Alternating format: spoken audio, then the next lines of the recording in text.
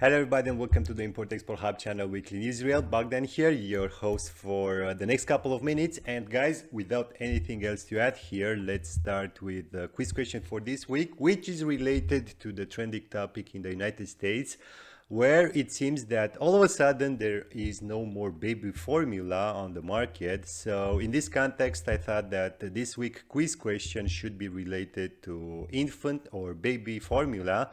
And it goes like this. Who was the largest importer of infant formula in 2021 in terms of value?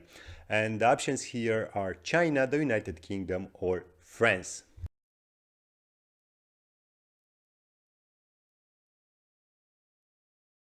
And guys, the correct answer is China with more than $4.5 billion worth of imports. And we have the Netherlands and New Zealand supplying some 30% each to the Chinese market.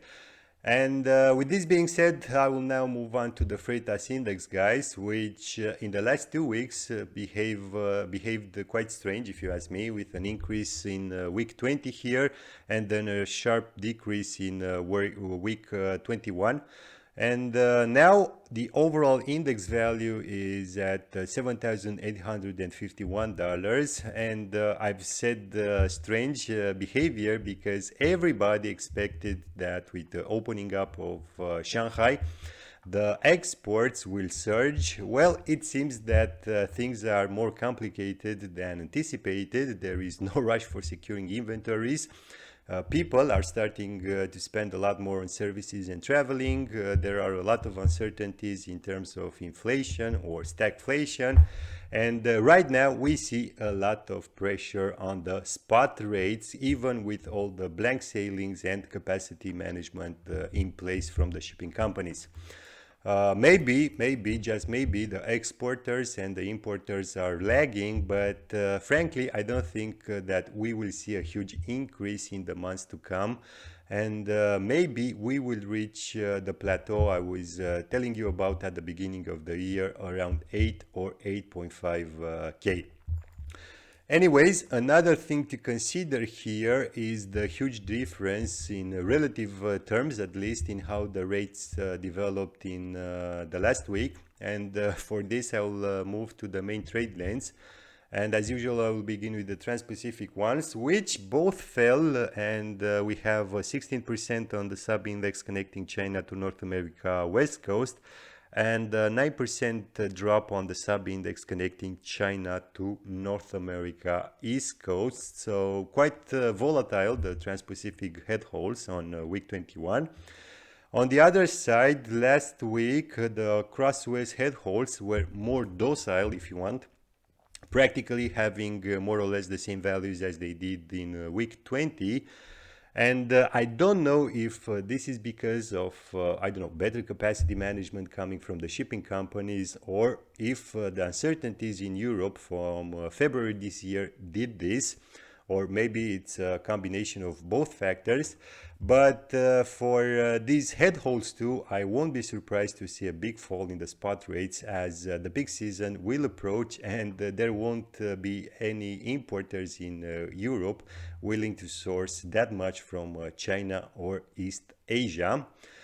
Again, it's more or less an educated guess coming from my side, having in mind the European Central Bank's last forecast in terms of monetary policy, the weakening of euro, which, by the way, will affect also the EU exporters. So, guys, it will be very, very interesting to see together how things will develop after the summer season. And now on the news, and I will begin with the first one coming from supplychaindive.com, and it's a short and interesting article on how to lower supplier costs in an inflationary environment like the one we're experiencing right now. And basically, we are given 5 steps that will better prepare for the uncertainties ahead.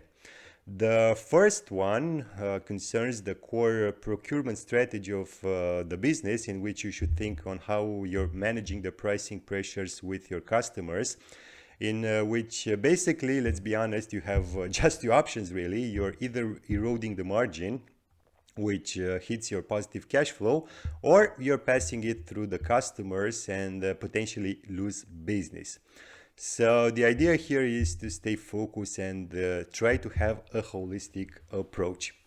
The second step is to try and identify critical suppliers and or commodities, and of course to focus on the important few and try to eliminate as much as possible the trivial many. The third step is to be proactive when it comes to price increases, and here a good relationship with both the suppliers and customers is critical. The fourth step is to get creative in order to offset the price increase from, I don't know, paying bills to terms to get extended warranty on products, or, I don't know, consigned inventory programs, or in fact any other type of non-price list items that will help offset the price increase. And finally, the fifth and last step, which is recommended here, is not to lock in any long-term contracting during this volatile period, but instead try to opt for a surcharge or another fee that will not contaminate as much your standard costs. So basically, guys, the takeaway message is to try to pick your battles and try to focus on long-term critical suppliers and commodities who have a major impact on your business and your customers, of course. And from my point of view, these are all valid points worth not just exploring, but implement them in your long-term strategy. And guys, with this news being covered, I'll move to my second one, which involves Maersk and two of the biggest European apparel retailers. HMN is one of them from Sweden, and the other one it's coming from Spain, which is Inditex, who seems to have both lobbied for the shipping company in order to run the Patenga container terminal in Bangladesh.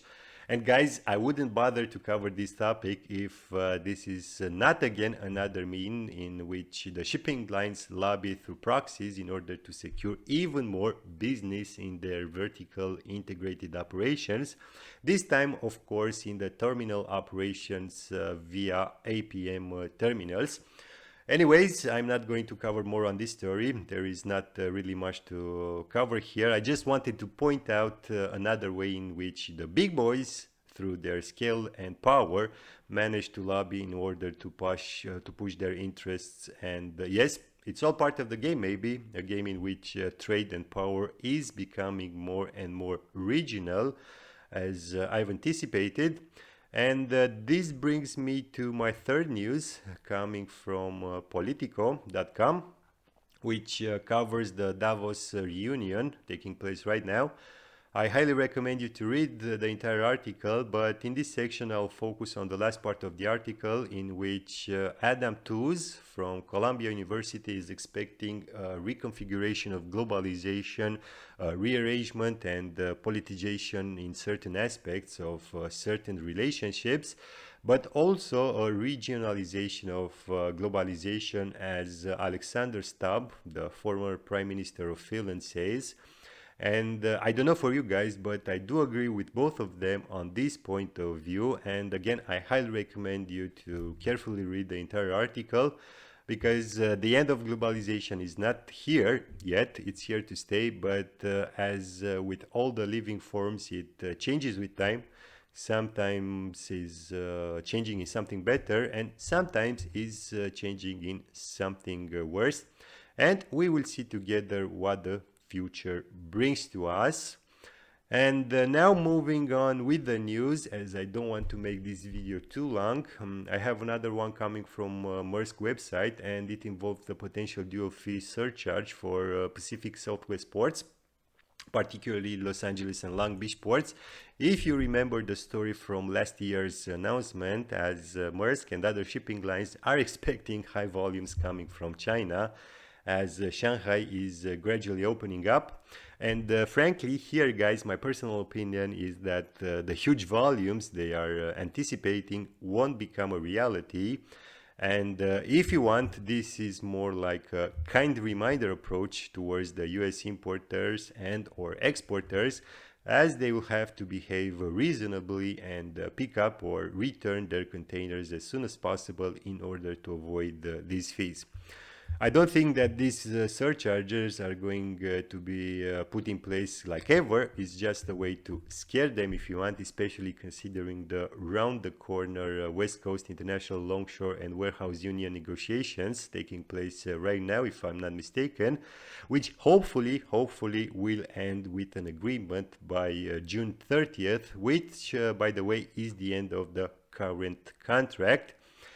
And now, guys, few more seconds as I will cover very briefly two more news, and I will give you the pleasure of reading them, of course, if you find them interesting. The first one is coming from the Malaysian newspaper The Star, which covers the export ban of chickens and how the Malaysian farmers are rushing to export them before the ban enters into place. And the second one, it's coming from Vietnam Plus, which covers Vietnam's macro imports and exports for the first 5 months of this year. And basically, guys, the takeaway message here is that the United States remained Vietnam's largest export market, while China was the largest import market.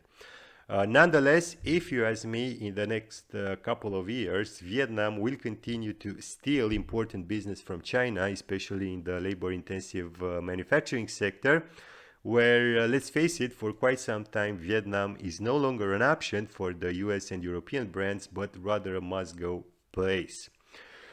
And guys, with this being said, that's all for today. Thank you all for watching. I really hope that you've liked it. Don't forget to hit the like and the subscribe buttons. And as usual, until next time, keep your business safe. Thanks.